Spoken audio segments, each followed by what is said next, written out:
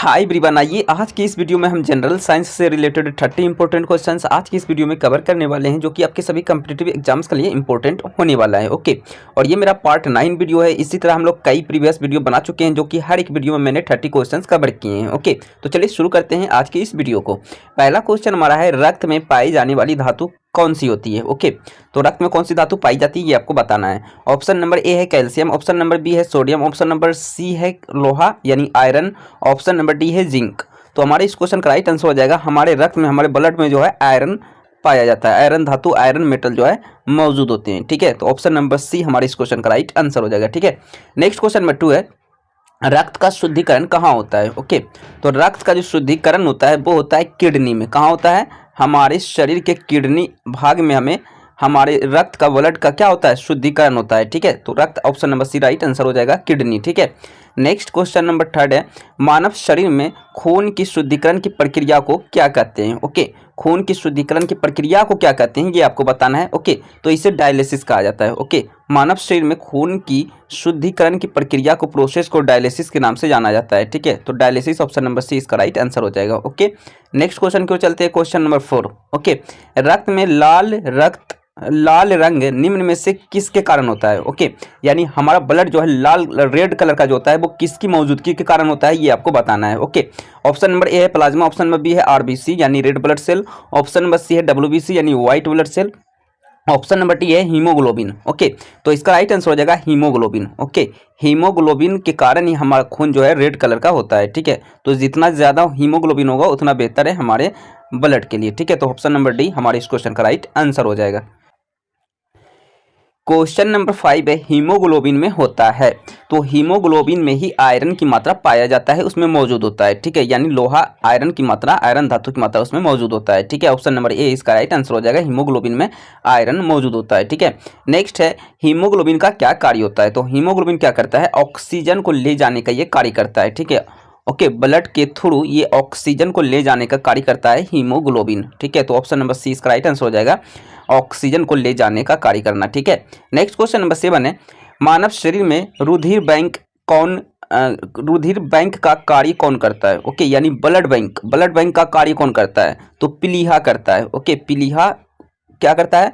Blood bank का कार्य करता है, यानी ब्लड को ये कहीं ना कहीं ये संचित करके रखता होगा, ओके, जमा करके रखता होगा। ठीक है, नेक्स्ट है, मानव रक्त का पीएच मान कितना होता है। बहुत इंपॉर्टेंट क्वेश्चन है, मानव रक्त का पीएच मान यानी potenz of hydrogen. Okay, potenz of hydrogen कितना होता है? 7.4 होता है, यानी कि हमारा जो है ब्लड है वो कहीं ना कहीं क्षारीय होता है। ठीक है, क्योंकि 7 से ज़्यादा है, यानी ये हमारा ब्लड जो है बेसिक बेसिस होते हैं। ठीक है, नेक्स्ट है, टाइफाइड से शरीर का कौन सा अंग प्रभावित होता है। टाइफाइड रोग से हमारे शरीर का कौन सा अंग इफेक्टेड होता है ये आपको बताना है। ओके, तो टाइफाइड से जो है हमारे शरीर का आंत जो है भाग है हमारे शरीर का, ये इफेक्टेड होता है, यही प्रभावित होता है। ठीक है, नेक्स्ट क्वेश्चन नंबर 10 है, निम्नलिखित की कमी से एनीमिया रोग होता है, यानी एनीमिया रोग जो होता है वो किसकी कमी से होता है। तो हमारे शरीर में जो है अगर आयरन की मात्रा में कमी आ जाए तो हमें एनीमिया का रोग हो सकता है। ठीक है, ओके, तो एनीमिया का रोग जो है आयरन की कमी से होता है, यानी लोहा धातु की कमी से होता है हमारे शरीर में अगर कमी हो जाता है तो। ठीक है,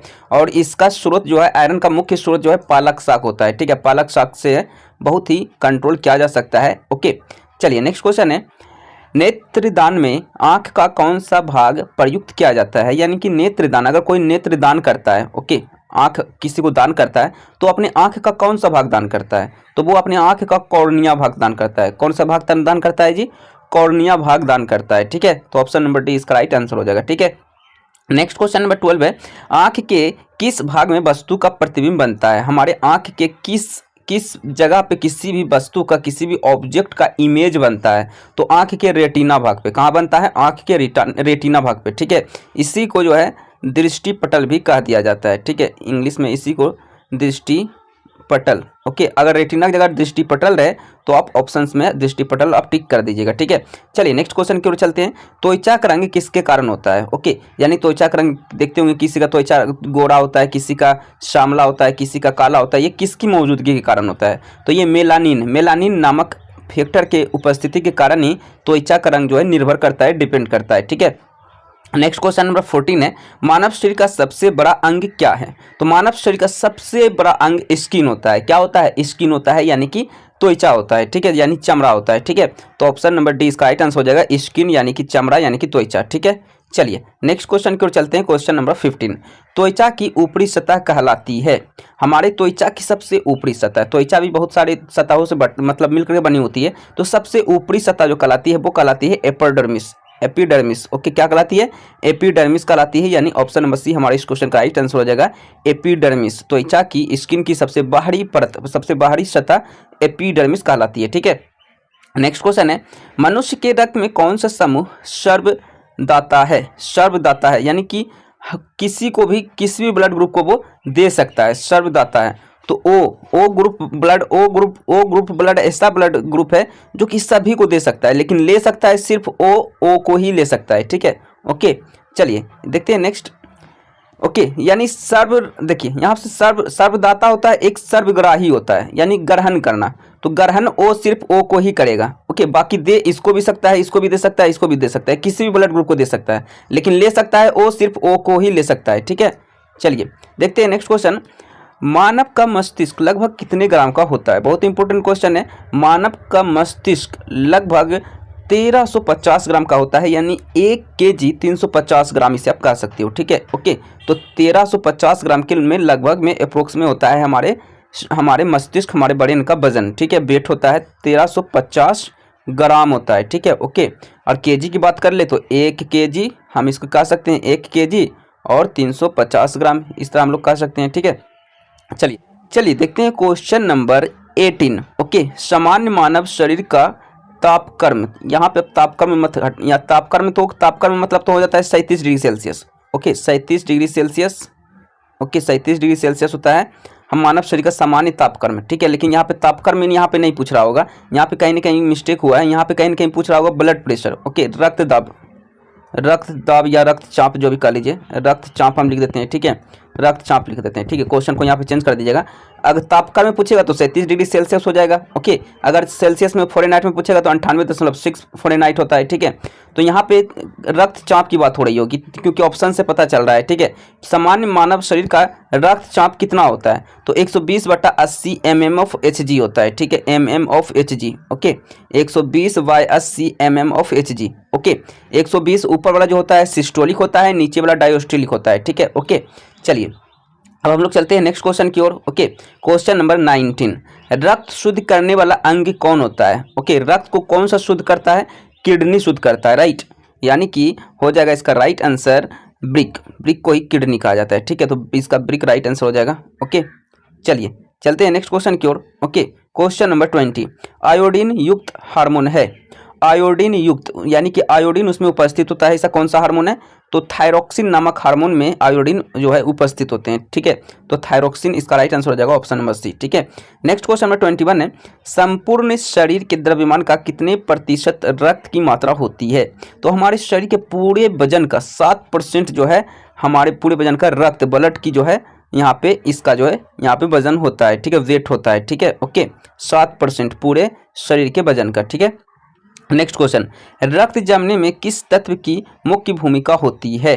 तो रक्त जमने में, राइट, तो रक्त जमने में जो है कैल्शियम की बहुत ही मुख्य भूमिका होती है, ठीक है।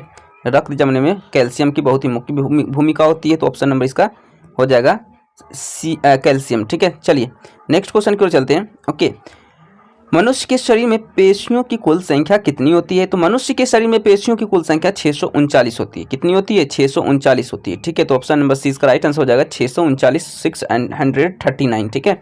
नेक्स्ट क्वेश्चन नंबर 24 है, मनुष्य में मेरुदंड से कितनी जोड़ी तंत्रिका निकलती है? मेरुदंड से, मनुष्य के मेरुदंड से कुल 31 जोड़ी तंत्रिका निकलती है, 31 जोड़ी तंत्रिका निकलती है, यानी ऑप्शन नंबर सी इसका राइट आंसर हो जाएगा 31, ठीक है। नेक्स्ट क्वेश्चन है, हाइड्रोफाइट कहते हैं, तो हाइड्रोफाइट किसे कहते हैं? जो पौधे जल में उगते हैं, यानी कि जल में उगने वाले पौधे को हाइड्रोफाइट कहते हैं, ठीक है। तो ऑप्शन नंबर ए इसका राइट आंसर हो जाएगा, एक जलीय पौधे को, यानी कि किसी भी जलीय पौधे को हम जो कि जल में उगते हैं हाइड्रोफाइट कहलाते हैं, ठीक है। जैसे नेक्स्ट क्वेश्चन है, रेगिस्तान में पैदा होने वाले पौधे क्या कहलाते हैं? तो रेगिस्तान में पैदा होने वाले पौधे जीरोफाइट्स कहलाते हैं। ओके, रेगिस्तान में जो भी पौधे उगते हैं उससे हम लोग क्या बोलते हैं?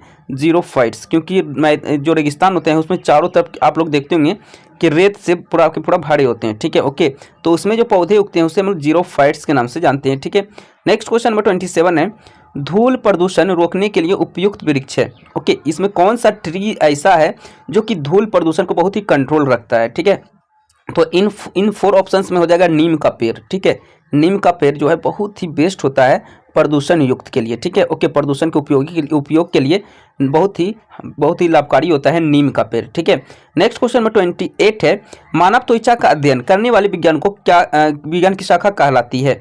ओके, मानव त्वचा, मानव का स्किन के बारे में अगर कोई स्टडी कर रहा है वैज्ञानिक तो वो कहलाता है डर्मेटोलॉजी। वो जो कहलाता है डॉक्टर क्या कहलाता है? डर्मेटोलॉजी कहलाता है। ठीक है, स्किन के बारे में अध्ययन करने वाले, मानव त्वचा के बारे में अध्ययन करने वाले विज्ञान की शाखा को डर्मेटोलॉजी कहते हैं। ठीक है, नेक्स्ट क्वेश्चन नंबर 29 है, अस्थियों का अध्ययन विज्ञान की किस शाखा के अंतर्गत किया जाता है? तो अस्थियों का अध्ययन जो कहलाता है वो कहलाता है ऑस्टियोलॉजी। अस्थियों का अध्ययन, अस्थियों के बारे में पता करना, अस्थियों के बारे में पढ़ना, उसके बारे में जानकारी हासिल करना ऑस्टियोलॉजी कहलाता है। ठीक है, तो ऑप्शन नंबर इसका सी राइट आंसर हो जाएगा। ठीक है, नेक्स्ट है, मछलियों से संबंधित अध्ययन क्या कहलाता है? यानी मछलियों के बारे में जानकारी। ओके, मछलियां की विशेषता है ना, तो ये कहलाता है इक्थियोलॉजी। ठीक है, मछलियों के बारे में अध्ययन, संबंधित अध्ययन को, स्टडी को इक्थियोलॉजी कहा जाता है। ठीक है, तो ऑप्शन नंबर सी इसका राइट आंसर हो जाएगा इक्थियोलॉजी। ठीक है, तो आज की इस वीडियो में हमने जनरल साइंस बायोलॉजी से लगभग में सारे क्वेश्चंस मैंने बायोलॉजी से ही लिए हैं। ठीक है, तो बहुत ही इंपॉर्टेंट क्वेश्चंस था अगर आप कॉम्पिटिटिव एग्जाम्स की तैयारी कर रहे हो। ठीक है, तो आज के लिए इतना ही, मिलते हैं नेक्स्ट वीडियो में। वीडियो अच्छा लगे तो लाइक कर देना, चैनल पर नए हो तो सब्सक्राइब कर देना, उस वीडियो को शेयर कर देना। मिलते हैं नेक्स्ट वीडियो में, आज के लिए इतना ही। Show thank you.